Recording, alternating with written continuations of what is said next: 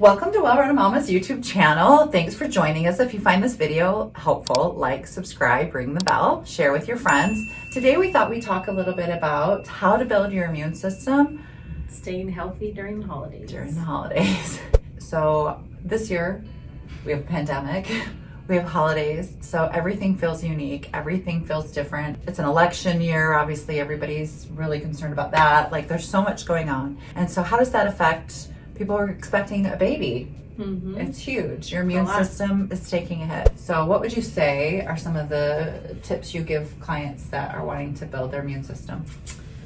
Vitamin C, sleep, exercise, water, elderberry syrup, astragalus, vitamin D, zinc, and eating good. Yeah, I think over the holidays we kind of start eating comfort foods. Sugar.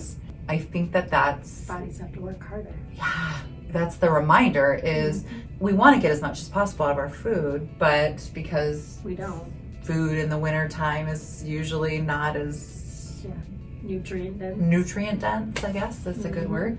And so for a lot of individuals, vitamin C is a really good option, like she said. Yeah. The reason why we like vitamin C, vitamin D, astragalus, elderberry is they're all food-based. They're all food-based ways of building your immune system so that gets easily absorbed. Keeping your guts healthy is the most important thing. So asking yourself, am I having regular bowel movements? Am I well hydrated? Am I staving off any signs of infection? And if my guts are healthy and they're able to move and process things the way that they should. And so some of the ways of knowing that you're struggling is possibly fatigue.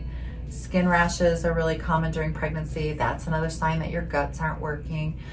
Even technically heartburn. I know most women get heartburn or most individuals get heartburn, but it's another sign that your metabolism is slowing down and not moving. I also like that Tiffanie brought up sleep. Like a lot of individuals are maybe how you might process your stress is that you're awake and your brain is awake for long periods of time. Plant melatonin or valerian or something like that is going to help you kind of sleep a little bit. I also want to take just like a second to talk a little bit about how do you stress, how do you decompose, how do you give kind of that moment to be kind to yourself. The first thing I would say are boundaries. Yeah. And so setting boundaries about what you feel like you can and can't do. So whether it's travel and because of everything going on in the world, maybe this year you stay home, or maybe this year you have less family over, or maybe this year you keep it intimate, or there's just have got to be some ways that you are able to set boundaries as a person expecting a baby. And that's okay to do. I feel like it's really hard for people to do that. I feel like especially women, we think that we have to accommodate everybody and make everybody happy and take care of everybody else, and I think that's hard. It is hard. It's really hard. I think the other part of that is you've got to do stuff that lift your spirit, right? You have to do, because it's gotten a little harder. So some of us have bad habits of temporarily lifting our spirit. Maybe we shop, or we go out to dinner, or we drink or eat bad food that's bad for us, or there's some coping skill that we have that's not very good for us.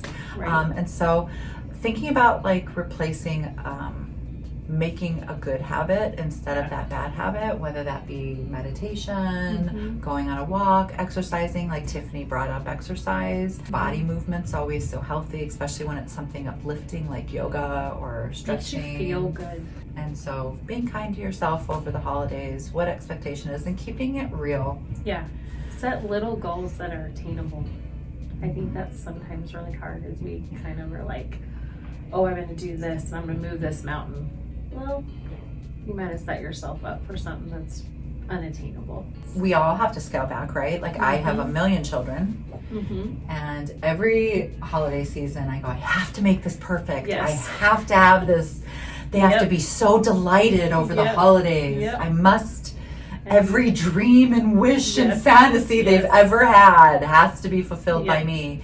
Like, I have to kind of scale it back and make it about the things that are really important to us as a family, which is making memories.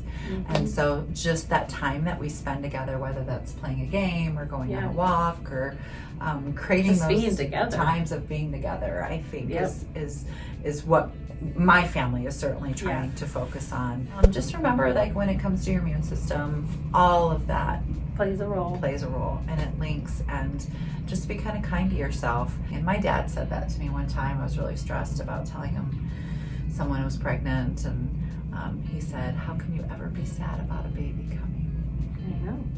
So I remember that every time I see a client. I'm like, even though things are hard right now, how can you be sad about a baby coming? Nope. They bring such joy and happiness. So they do. Anyways, yeah, those are our thoughts. Share with us how you survive your holidays. How do you keep your sanity as we get ready to kind of enter that excitement in the next couple months? So thanks for joining us. If you find this video helpful, ring the bell. Like, subscribe, and ring the bell. And we look forward to seeing you next week. Yeah. My dentist asked me yesterday or the day before yesterday, I don't remember. I had something fall out. I forget what it's called, an inlay that fell out. And he was like, have people stopped having babies? And I was like, no. No, they have not. No, people generally, you know, they're having have to entertain themselves during this